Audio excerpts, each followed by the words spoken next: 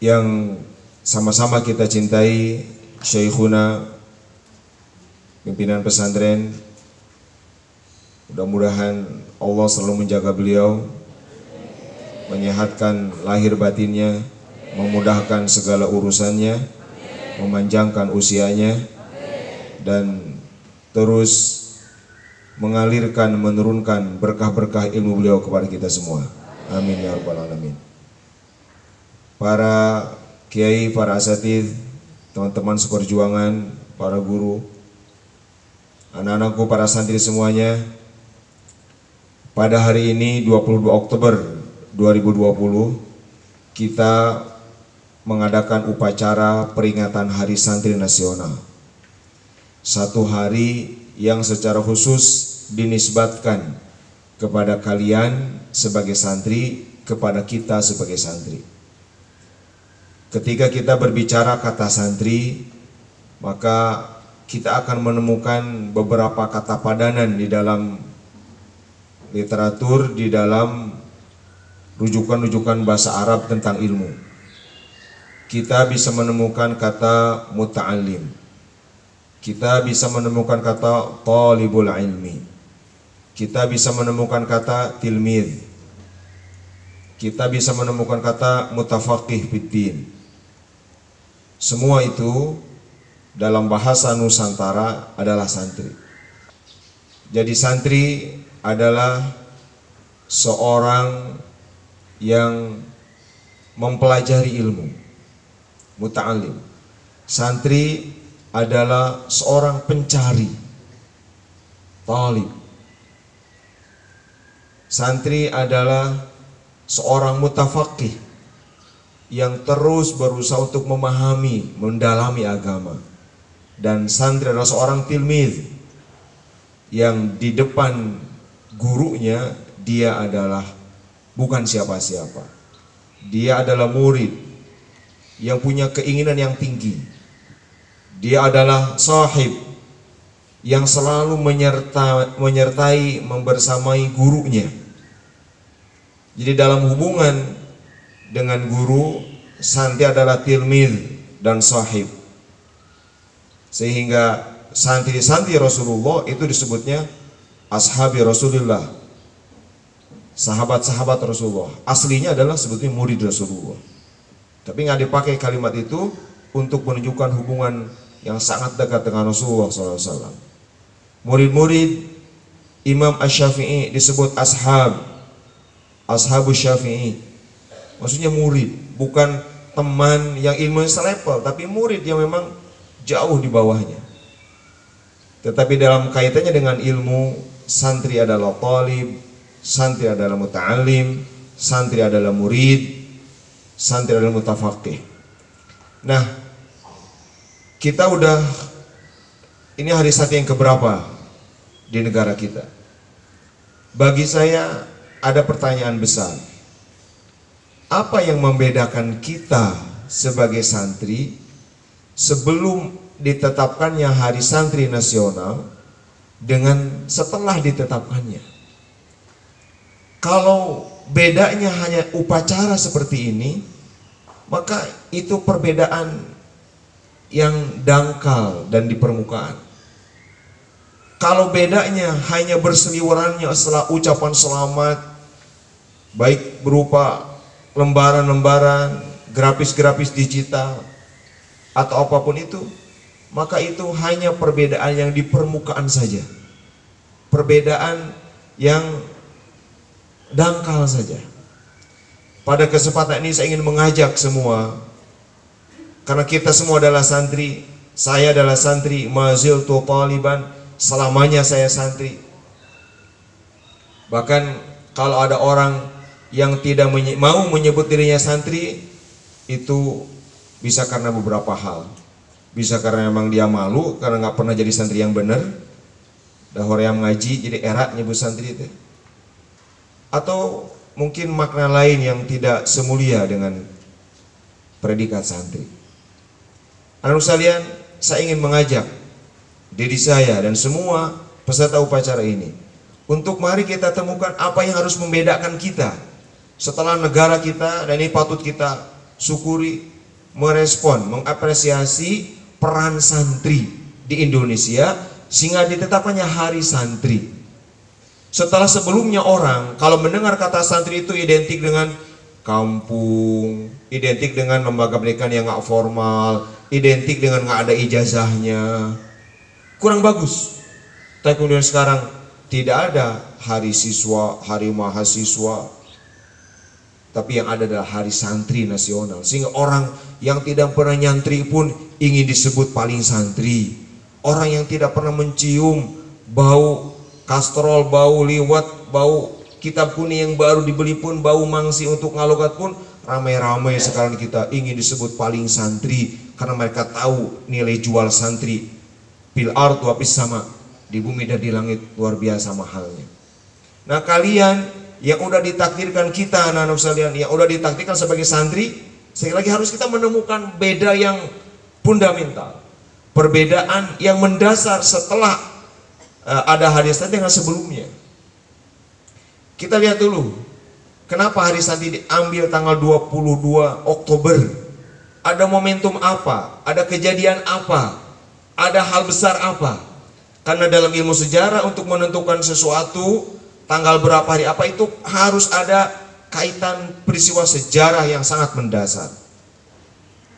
Dan itu ternyata tiada adalah karena adanya resolusi jihad Nahdlatul Ulama yang dipelopori oleh Hadratus Syekh Hasyim Asy'ari sebagai muassis Nahdlatul Ulama. Beliau berkolaborasi dengan Presiden Soekarno waktu itu, kemudian NU dengan Syekh Hasyim Asy'arinya lalu mengeluarkan resolusi jihad yang intinya mewajibkan kepada orang-orang yang ada di radius tertentu, jarak tertentu dengan medan tempur untuk terjun fardu ain sampai pada fardu kifayah melakukan perlawanan kepada penjajah.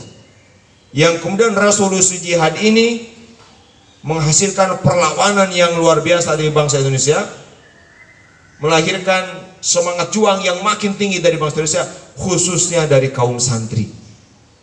Karena dari saat itu santri luar biasa banyaknya, ribuan, dan salah satu karakter santri adalah sekali disuruh oleh gurunya maka tidak ada kata tidak, tetapi sam'an wa ta'atan, didengar dan dipatuhi. Maka ketika Hadratus Syekh memproklamirkan ini resolusi jihad dengan isinya yang sangat tegas, maka ini disambut luar biasa. Kenapa? Karena yang menyerukannya adalah ulama, karena yang menyerukannya adalah seorang yang paham agama, maka masyarakat santri atau bukan akan melihat itu sebagai tugas mulia agama. Jadi ini resolusi jihad ini punya andil besar di dalam merebut, mempertahankan dan melanggengkan kemerdekaan kita. Ini hal yang sangat besar yang mungkin banyak dari kita tidak tahu resolusi jihad dari buku-buku sejarah. Nggak ada mungkin kalau dulu di buku sejarah, di buku dulu zaman saya banget ada pelajaran sejarah perjuangan bangsa PSBB, ada pelajaran apa? Nggak muncul kata resolusi jihad. Padahal itu luar biasa. Lalu kemudian dengan perjuangan Nahdlatul Ulama agar ini benar-benar, ini peristiwa sejarah, bukan hanya klaim, bukan hanya mengaku-ngaku NU punya peran, bukan. Tetapi ini real peristiwa sejarah yang kemudian sewajarnya kalaupun diakui, maka kemudian ditetapkan, diakui menjadi Hari Santri Nasional setiap tanggal 22 Oktober. Nah, anak-anakku sekalian, hadirin semuanya, peserta upacara, kita lihat, inilah yang harus menjadi pembeda fundamental, pembeda prinsip, pembeda mendasar kita setelah ada Hari Santri yang diinisiasi pada kita, pada kalian.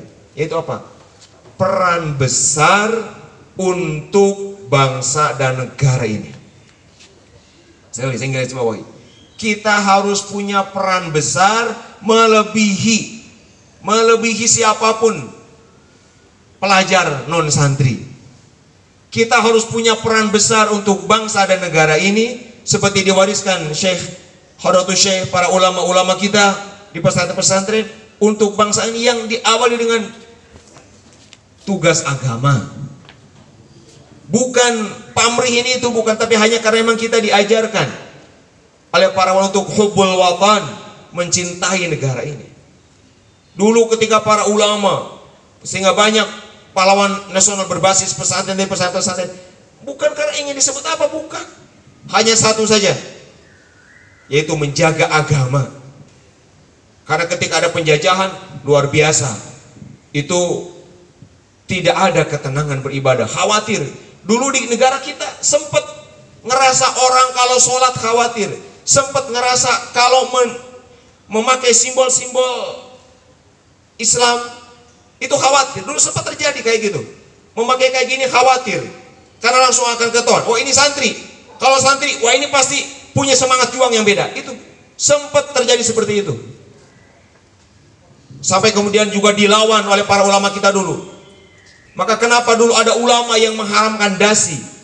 Dulu kenapa ada ulama yang mengharamkan celana panjang? Dulu kenapa ada ulama yang mengharamkan topi, bahkan pakaian tertentu yang itu dibawa oleh para penjajah? Bukan semangat masalah busananya, tetapi semangat perjuangan, semangat perlawanan. Kita jangan menyamai mereka. Mereka melarang kita pakai atribut-atribut agama, yang dari agama itu kita dapat energi dahsyat perjuangan. Maka jangan ikuti mereka. Semangat perjuangan, saking cintanya bangsa ini, sampai jangan sampai kita mengikuti sedikit pun. Nah, jadi kalau dalam bahasa Olimpik harus paham ilatnya. Lihat sampai pada tahap itu diharamkan dasi. Ada tahapan-tahapan begitu, dan itu sewajarnya, bahkan seharusnya saat itu dibutuhkan sikap seperti itu. Tetapi lihat kita sekarang, setelah lewat resolusi dan seterusnya, Indonesia merdeka dan sampai hari ini, lihat, ada nggak ketakutan kita berbesar seperti ini? Ada nggak? Ada kekhawatiran nggak? Nggak ada sama sekali. Maka ini harus benar-benar kita syukuri. Ini harus kita pandang sebagai nikmat besar dari Allah Subhanahu Wa Taala. Nah, anak-anak sekalian, jadi sekali lagi, beda yang fundamental harus kita punya adalah peran besar untuk bangsa ini. Apa? Maka kalau santri perannya kalah oleh yang non santri, santri perannya kalah oleh yang lain, mari kita rebut peran itu untuk bangsa kita, bukan untuk diri kita. Nah, itu satu. Nah, tetapi anak-anak sekalian, kalian tidak akan bisa memainkan peran besar itu, nggak akan bisa, kecuali dengan tadi. Kecuali kalian benar-benar menempatkan diri, satu, sebagai talib, pencari. Kalau pencari berarti gimana? Dia tidak diam, dia tidak pasif, tetapi dia terus mencari. Dia mendatangi guru, bukan menunggu guru. Talib. Kalian sudah talib datang ke sini, bukan diam, tapi ini satu. Kalian bisa memainkan peran besar santri untuk negara ini, seperti Hadratus Syekh dan para santrinya di Nusantara bisa memainkan peran besar. Kalau satu, kalian talib, yaitu kan punya semangat mencari, semangat pencari. Jadi kalian harus jadi para pencari, bukan orang-orang yang diam menunggu sesuatu. Satu ini. Kedua, kalian harus memainkan peran sebagai muta'allim, orang yang selalu terkait dengan ilmu. Seorang dikatakan muta'alim kalau dia selalu ada ta'alluq bil ilmi, dengan ilmu. Muta'allim dari kata ilmun, yaitu orang yang selalu terkait dengan ilmu. Apakah dengan cara baca, apakah dengan cara dengerin, apakah dengan cara sorogan, apakah dengan cara melihat, menyimak, berbagai macam cara. Jadilah muta'alim yang selalu tiap harinya mendapatkan ilmu, termasuk dalam sambutan yang saya sampaikan ini. Yang ketiga, kalian harus memainkan peran sebagai mutafaqih, orang selalu ingin paham, bukan hanya tahu tapi paham, sehingga banyak bertanya, banyak mendalami, paham. Lihat dalam taklim fikih itu beda dengan ilmu.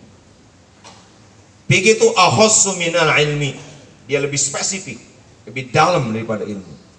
Maka kalian semuanya jadilah mutafaqih, orang yang selalu paham, nggak paham nanya, Belum paham, cari, sehingga semua terkait lagi. Dan terakhir, kalian harus memainkan peran sebagai murid, yaitu orang yang punya iradah, orang yang punya cita-cita tinggi, himmah aliyah. Di dalam bait Imriti, kalian hafal ya, idil fata hasba'ti qadihi rufi wa kullu man lam ya'taqid lam yartafi'.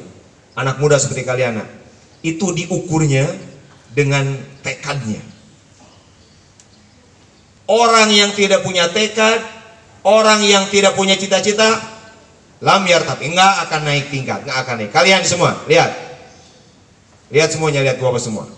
Kalian, kalau kalian tidak punya tekad besar, hanya berpikir, ya udah saya mau begini aja, ya udah apa adanya aja, enggak, lam yartafi', kalian enggak akan naik tingkat.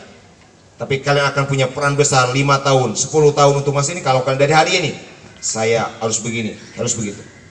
Siap untuk itu? Siap? Ini satu, miliki 4 peran itu. Ya, peran sebagai apa tadi? Talib, peran sebagai muta'alim, peran sebagai mutafaqih, peran sebagai murid. Ini satu. Yang kedua, tetapi kalian, ini itu berat, nah. Untuk memainkan 4 peran ini berat. Ada malas, ada, ya tadi kalian merasa sendiri. Kenapa di pesantren paling malas ngaji? Karena itu aci ina santri maeta. Kenapa di pesantren nuhese teh ngaji, lain ekskur, lain kegiatan loma-loma, bukan ngaji panggilnya nama. Karena itulah saripati kalian. Itulah roh kalian. Ketak setan mau ngagodan gitu, mau ngagoda teh. Segitu ya digoda cukup lah. Kalau santri udah tergoda tidak ngaji, cukup, dia gagal. Cukup. Setan mau ngagoda saja. Mau digoda tong salat, dan geus apaleun salatnya wajib. Mau digoda tahu segitu.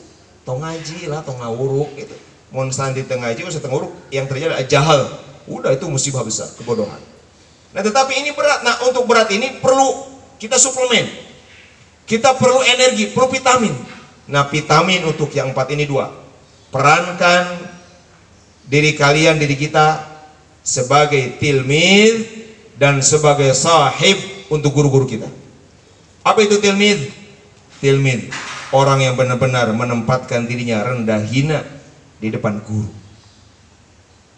Tilmid, orang yang benar-benar menempatkan dirinya nggak sebanding, nggak selepal dengan guru. Itu tilmid. Apa itu sahib? Yang selalu mulazamah bersama dengan guru, minimal di kelas. Karena kita di pesantren bareng, selalu ingin dekat bersama dengan guru.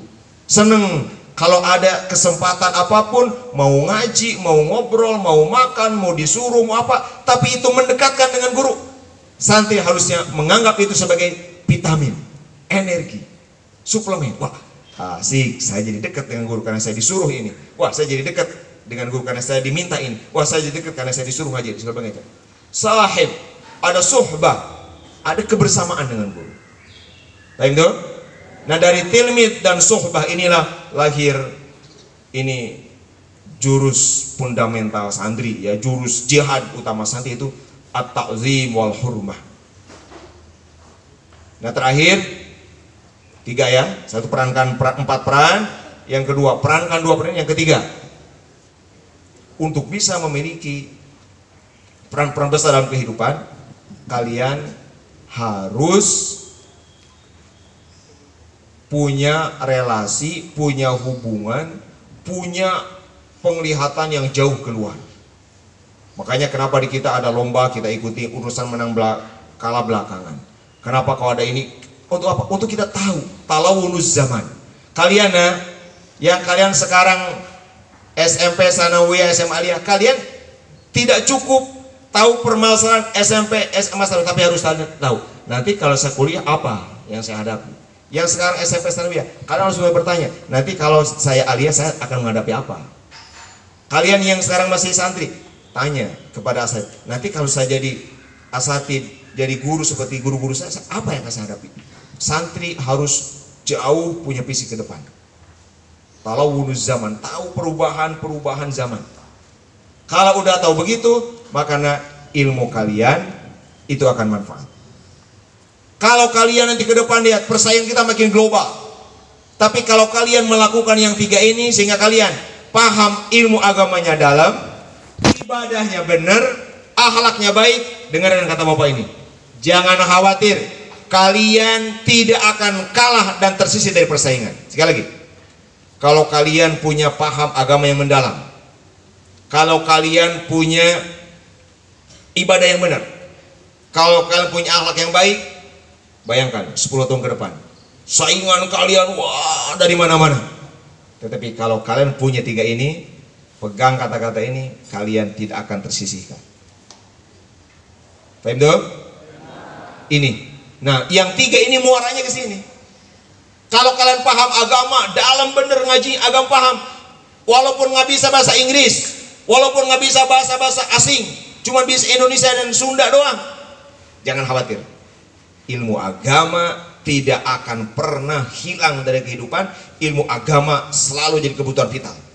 Nanti yang datang orang-orang yang bisa berbagai bahasa datang pada kalian, mereka yang mempelajari bahasa kalian. Itu. Jadi kalau kalian nggak mau jadi buruh, gampang dipengaruhi, kalian jadilah. Tadi sekarang kalau kalian sekarang muta'alim, kalau nanti kalian jadi alim. Kalau sekarang kalian jadi talib, nanti jadilah matlub yang dicari orang. Miliki ini. Siap? So, kalau punya itu mulia. Oh sulit, punya ilmu agama sulit. Turun dikit, ibadah yang benar. Minimal ibadah benar itu 2. 1, kaifiatnya benar. 2, jumlahnya beda di santri mah.